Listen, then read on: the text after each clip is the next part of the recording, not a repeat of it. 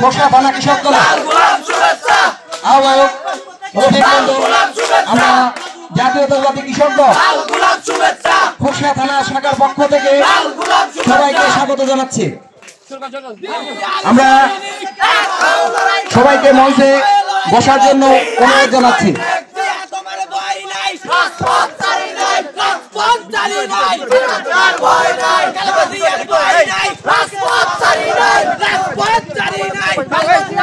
সবাই বসি, সবাই ধৈর্য সহকারে বসেন। আমরা দেখতে পাচ্ছি অনেকেই দাঁড়ায় আছেন, সবাই বসি, সবাই বসেন। আপনারা জানেন বাংলাদেশ সংখ্যাগরিষ্ঠ কৃষক জনগোষ্ঠীকে সুগঠিত করার লক্ষ্যে সারা দেশে 3 মাস ব্যাপী প্রতিটি ইউনিয়নে কৃষক দলের উদ্যোগে কৃষক সমাবেশ অনুষ্ঠিত হচ্ছে। এই কৃষক সমাবেশটি কেন অনুষ্ঠিত হচ্ছে? আমরা যারা কৃষিকাজের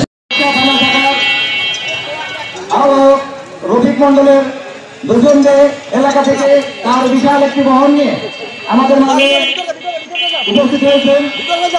আমরা সবাইকে কৃষক দলের পক্ষ থেকে স্বাগত জানাচ্ছি। কৃষক সমাবেশে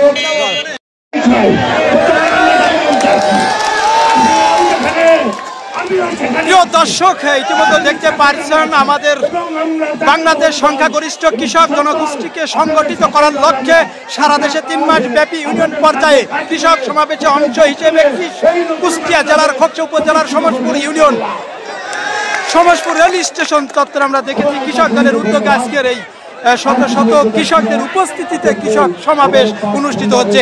এখানে তাদের মাথার ঘাম পায়ে ফেলে পরিশ্রম করে যেভাবে ফসল ফলায় তার কি ন্যায্য মূল্য আপনারা পান? সঠিক মূল্য তো আমার মনে হয় না যে কেউই পায়। সারের দাম বেশি,